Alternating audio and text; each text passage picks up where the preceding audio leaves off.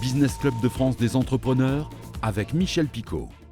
Bienvenue dans le Business Club de France des entrepreneurs. Aujourd'hui, innovation et attractivité dans nos territoires. Mais tout de suite, c'est le sommaire. Notre invité cette semaine, Romuald Boulanger, cofondateur de La Vitre, une solution de visioconférence très originale que nous irons découvrir à Las Vegas, mais aussi à Nantes. Dans l'actualité cette semaine, Dijon, première destination française préférée par la chaîne américaine CNN. Nous irons également en Bretagne, où le chantier naval Piriou se porte très bien et s'agrandit. Le médiateur des entreprises sera avec nous et il répond à vos questions cette semaine. Et puis une initiative, comme on les aime, à Paulmy, un magasin alimentaire entièrement automatisé.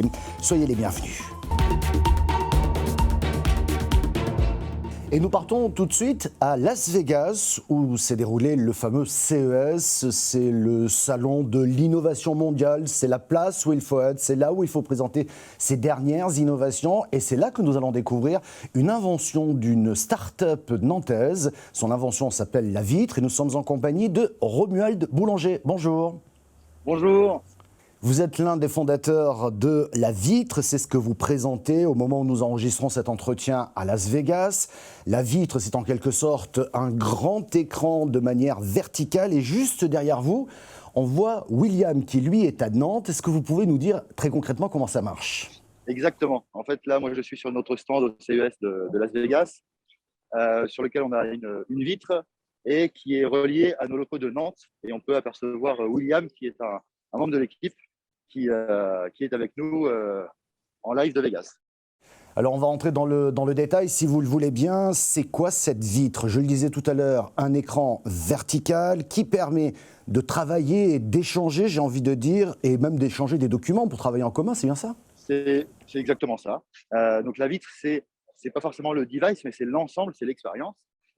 Et du coup, ça se matérialise effectivement sous la forme d'un écran à taille humaine, et qui, avec une autre solution, la solution logicielle, qui est La Vitre, et qui va permettre d'avoir en face de soi, d'être devant une personne et pas devant un écran. Le but étant de pouvoir échanger avec la même facilité avec une personne à distance qu'une personne qui est physiquement à côté de nous. Oui, on le disait à l'instant, les clients sont interactifs. William, que l'on voit juste derrière vous, donc sur cet écran, sur cette fameuse vitre, lui est à Nantes. Donc vous pouvez échanger images, photos et puis même, je dirais, travailler ensemble sur un document commun. Hein. Exactement. En fait, William, est-ce que tu peux nous partager par exemple ton téléphone ? En fait, au-delà du fait de se voir, c'est simplement d'avoir des interactions les plus simples possibles. C'est-à-dire que quand on est physiquement ensemble, tout est très simple. Si je veux vous montrer mon téléphone pour vous faire lire un mail, par exemple, ça nous prend 30 secondes. La vitre, le but, c'est effectivement d'avoir ces mêmes interactions de la manière la plus simple possible. Donc, c'est pouvoir partager une photo, une vidéo, la regarder ensemble, son téléphone, son ordinateur, voire même maintenant, on partage son HoloLens, son casque de réalité augmentée, ce qui permet d'agir de la même manière que si on était physiquement ensemble. C'est ça le truc, et sans avoir de frein technologique. C'est de le rendre le plus simple possible pour les gens. Et donc là, on peut voir que William me partage son iPhone et il peut nous montrer tout ce qu'il veut sur son téléphone, si on veut discuter sur un document, sur un PowerPoint, sur tout ce que l'on veut. Voilà, on peut voir qu'il nous montre le petit poisson qu'on a au bureau. C'est vraiment de pouvoir interagir comme s'il était avec nous. Et pour finir, le CES à Las Vegas, où vous êtes d'ailleurs, a fermé ses portes depuis. Mais pourquoi vous y êtes allé ? Alors, nous, aujourd'hui, donc La Vitre, c'est une solution qui est déjà en production. On est il y a à peu près 150 vitres déployées en France et en Europe. Et puis, pour l'instant, quelques-unes aux États-Unis, parce qu'aujourd'hui, on est beaucoup sur le marché français et on suit nos clients finalement qui ont des sites dans différents pays. Et on est au CES pour deux grandes raisons. La première, c'est de profiter de l'aspect médiatique, donc de faire parler de nous, faire découvrir la solution aussi à des personnes qui ne sont pas uniquement des Français, justement, bien qu'on rencontre beaucoup de Français au CES, et d'avoir des feedbacks, parce qu'en fonction des pays, les gens n'ont pas forcément la manière d'appréhender les choses ou de travailler, et donc voir un petit peu les retours qu'on peut avoir, comment ils se projettent dans leur usage, discuter avec eux, etc. Et puis finalement, le troisième, d'ouvrir le marché américain pour pouvoir déployer des vitres dans ces entreprises. Et je vous invite, si vous le souhaitez, à venir dans l'un de nos showrooms pour vivre l'expérience et voir ce que ça change. Donc on a différents showrooms, on en a à Paris, on en a à Nantes, à Lyon, à Marseille, à Monaco et bientôt Bordeaux. Voilà, on essaie d'être un petit peu disposé partout pour pouvoir recevoir les gens, puisque c'est quand même, pour répondre, la meilleure des réponses, c'est de vivre, de tester la solution. Donc je vous invite, quand vous voulez, à passer nous voir. Merci beaucoup Romuald de Boulanger d'avoir répondu à nos questions depuis le CES de Las Vegas. Tout de suite, c'est l'actualité dans nos régions. Dijon, la plus grande ville de la région Bourgogne-Franche-Comté, est un glorieux millimélo de maisons à ossature de bois, de magnifiques palais du XVIIIe siècle et d'une cathédrale gothique en plein essor. Dijon est la seule destination française classée en 6e position dans ce tout dernier classement de la chaîne américaine CNN. Piriou ne cesse d'engranger de nouvelles commandes comme celle signée en décembre dernier avec la société de l'explorateur Jean-Louis Etienne en vue de la construction d'un voilier ravitailleur de 42 mètres de long. Mais Piriou dispose d'un contrat de commande de 1,5 milliard d'euros d'ici 2030. Du jamais vu pour ce groupe qui vient d'ailleurs de reprendre 100% du capital du chantier naval roumain ATG et ses 300 salariés. Et c'est l'heure de notre rendez-vous avec le médiateur. N'hésitez pas à lui poser directement vos questions. Anonymat garanti, vous pouvez lui écrire par mail à médiateur@lafab.fr. Et le médiateur national des entreprises est avec nous. Pierre Pelouzet, bonjour. Bonjour Michel Picot. Alors une question d'un artisan ébéniste spécialisé en agencement intérieur. Il est basé en Normandie et il n'arrive plus à communiquer avec son client. Il a pourtant rapporté un appel d'offres. Son client est une entité publique, mais plus de contact, plus rien. Que peut-il faire ? Oui, effectivement, Michel, on a échangé avec cet ébéniste. Que se passe-t-il ? Il a répondu à un appel d'offres qu'il a emporté. C'est vraiment un bel ébéniste qui fait du beau travail, un bel artisan comme on en trouve partout sur notre territoire. Simplement, il se trouve aujourd'hui confronté à un acteur public et il a des difficultés parce qu'il a du mal à acheter la matière première pour aller répondre à cet appel d'offres. Alors en plus, le bois, comme beaucoup d'autres matières premières, a flambé.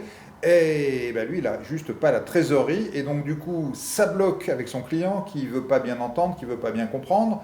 On est en train de mettre en place vraiment une médiation, c'est-à-dire permettre à ce client d'aller voir, d'aller comprendre, de regarder ce que c'est que ce métier d'ébéniste. Tout le monde n'est pas spécialisé là-dedans. Le poids de la matière première dans ce travail. Et on est en train aussi d'avancer vers une solution d'avance. Il y avait des avances prévues dans ce contrat, mais visiblement bien trop faibles par rapport aux besoins, surtout avec un besoin qui a fortement cru. Donc je pense qu'on va arriver à une solution avec des avances accentuées, une compréhension meilleure de la part du client, et finalement on va arriver à ce que tout le monde soit content et que ce beau chantier puisse aller jusqu'à son terme dans les meilleures conditions pour tout le monde. Merci Pierre Pelouzet pour toutes ces précisions. Tout de suite, c'est Éco-Région. On aime bien dans cette émission mettre en avant des initiatives locales originales au service de tous. Direction donc Paulmy, c'est en Indre-et-Loire, un reportage de TV Tour. Paulmy, 232 habitants et plus aucun commerce depuis les années 2010. Pourtant, chaque jour, la même camionnette blanche s'arrête sur la place centrale du village. Il s'agit de la voiture d'Hervé, boulanger-pâtissier à Ligueuil. 3 fois par jour, il vient refaire le plein de son distributeur de pain. Dans ce local, il vend quotidiennement 30 à 40 baguettes, mais aussi des viennoiseries. Hervé fait partie des 6 producteurs locaux qui se sont associés pour monter ce petit commerce qui ne fonctionne qu'avec des casiers. On n'a jamais vu ça. On a des distributeurs un peu partout, c'est vrai, de pommes ou autre chose, mais créer une association, justement une société avec plusieurs importeurs unis pour ça, avec l'aide de la mairie, qui a quand même demandé ça à la base, c'est quand même intéressant que de vendre du pain tous les jours dans sa boulangerie. Dans les 174 casiers installés sur place, on retrouve l'essentiel de la production des 6 partenaires locaux. Des œufs donc, du jus de fruits, des produits laitiers et de la viande. Ce commerce sans salariés, c'est avant tout un pari de la municipalité. En 2018, la mairie rachète cet ancien hôtel-restaurant. Elle réhabilite les lieux pour aujourd'hui les louer aux différents associés. On a acheté le bâtiment, donc 65 000 €. Nous avons fait 33 000 € de travaux façade extérieure et intérieure, y compris la climatisation, la chambre froide. Pendant 18 mois, nous avons fait une gratuité d'un loyer. Après 18 mois, nous avons un loyer de 150 € et nous espérons atteindre les 300 €, allez, encore un an. Ouvert en mars 2019, ce magasin de producteurs a réalisé un premier bénéfice de 5 000 € en 2020. 20% du montant des ventes de chaque produit sert à la société créée par les producteurs pour notamment payer le loyer et les charges. Et pour finir cette émission, un nouveau rendez-vous, le portrait d'un entrepreneur créateur. Nous allons à Lyon aujourd'hui pour découvrir Caroline Lester. Elle est accompagnée par le réseau BGE et elle vend des box avec des plantes fleuries et ou comestibles, sur abonnement par exemple, ou à l'unité. On part tout de suite à Lyon. La Pousse Verte, elle propose des plantes et des coffrets cadeaux autour des plantes avec une approche responsable et ludique. L'idée, c'est de proposer des plantes cultivées en France, dans la région lyonnaise, sans traitement chimique. Donc, notamment par le biais d'une box qui va changer à chaque saison et dans laquelle on aura une plante fleurie comestible. Et avec, on va trouver des conseils de jardinage, des recettes de cuisine, une illustration et une surprise qui va changer tous les 3 mois. On peut s'abonner ou les prendre à l'unité. Et aussi des coffrets avec des graines et des produits artisanaux, des ateliers de jardinage, des plantes à l'unité et aussi des offres à destination des entreprises pour des coffrets cadeaux personnalisés. La Pousse Verte, c'est en premier lieu un site e-commerce et les réseaux de distribution sont en train de se développer. Pour l'instant, c'est une petite structure qui a besoin de grandir. Mais il y a beaucoup de perspectives favorables, de nouveaux débouchés qui arrivent. Ce que j'aimerais, c'est qu'on soit une équipe plus étoffée, je ne sais pas, entre 6 et 10 personnes. L'idée, c'est de pouvoir être présent de manière nationale. Ce qui me rend fière dans ce projet, c'est qu'il soit devenu concret, réel. Je suis fière quand je reçois des commandes. Ça me met en joie parce que ça montre que ça répond à un besoin et que ça permet à l'entreprise de se développer. Merci de votre fidélité. Vous pouvez retrouver cette émission en replay vidéo sur le site internet de votre télévision locale. On est également disponible en audio podcast ou encore à la radio. Merci de votre fidélité et à la semaine prochaine.